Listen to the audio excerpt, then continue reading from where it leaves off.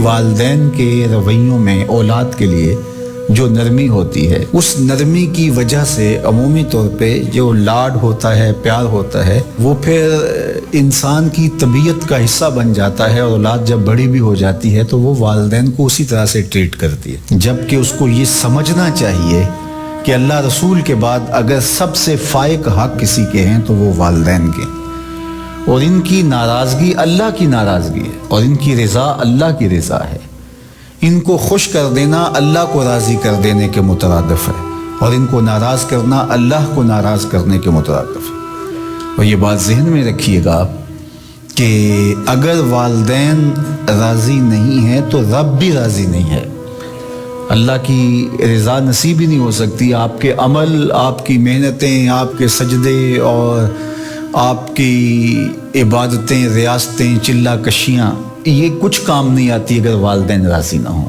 تو والدین کو راضی رکھنے کی ہمارے دین نے ہمیں تلقین فرمائی کی۔ اور یہ بھی آپ کو میں بتاؤں کہ کچھ اعمال ایسے ہیں کہ جن کی جزا اور سزا آخرت میں دیکھنا ہوگی، لیکن کچھ اعمال ایسے ہیں جن کی جزا اور سزا دنیا میں بھی بندہ دیکھ کے جاتا ہے۔ ان میں سے ایک عمل والدین کی فرما برداری ہے۔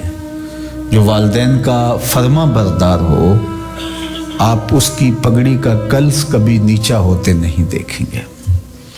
اور وہ گناہ جس کی سزا آخرت میں تو ہے ہی ہے، دنیا میں بھی ضرور ملتی ہے، وہ والدین کی نافرمانی ہے۔ اس شخص پہ نشان لگا لیں جو ماں باپ کا بے ادب اور گستاخ ہو، آپ اس کو دنیا پہ بھی رسوا ہوتا پائیں گے، دنیا پر بھی وہ سرخرو نہیں ہو سکے گا۔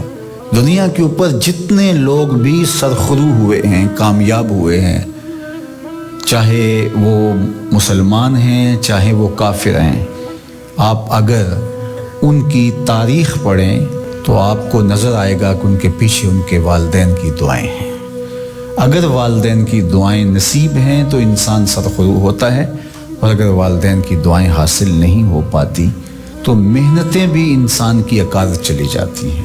تو یہ وہ نیکی ہے، یہ وہ عمل ہے کہ جس کا صلہ دنیا میں بھی اور آخرت میں بھی ملتا ہے، اور یہ بدعملی والدین کی نافرمانی ایسا جرم ہے کہ جس کی سزا دنیا میں تو ہے ہی ہے، آخرت میں بھی، اور دنیا میں دونوں میں اس کو جو ہے وہ حاصل کرنا پڑتی ہے۔ والدین نیکوکار ہوں، صالح ہوں، پاکیزہ عمل ہوں تو ان کی تو عزت اولاد کرے گی ہی کرے گی۔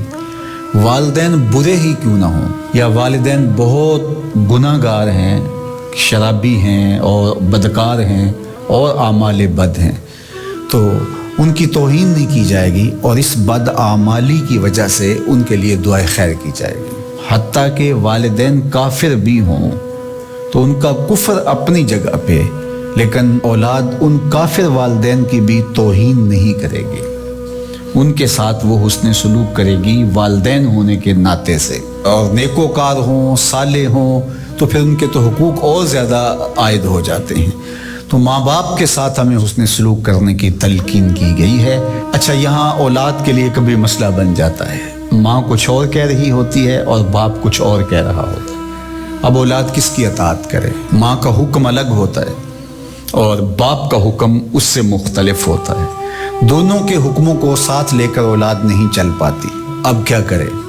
تو علماء نے لکھا کہ پہلے تو ماں باپ کو ہی چاہیے کہ اولاد کو مشقت میں نہ ڈالے، کہ ایسا حکم دے کہ اولاد پھنس جائے کہ ماں کی بات مانو یا باپ کی بات مانو، ایک کی اطاعت سے دوسرے کی نافرمانی لازم آتی ہو تو بڑا مشکل مرحلہ ہو جاتا ہے۔ تو والدین کو اتنا خیال اور اتنا لحاظ رکھنا چاہیے کہ ان کو مشقت میں نہ ڈالے، ایسا حکم نہ دیں جو وہ بجا نہ لا سکے، جو ان کے لیے پورا کرنا مشکل ہو۔ اور بالخصوص ماں باپ کی لڑائی کے اندر اولاد جو ہے وہ پس کے رہ جاتی ہے، ماں کی بات مانی تو باپ ناراض، باپ کی بات مانی تو ماں ناراض۔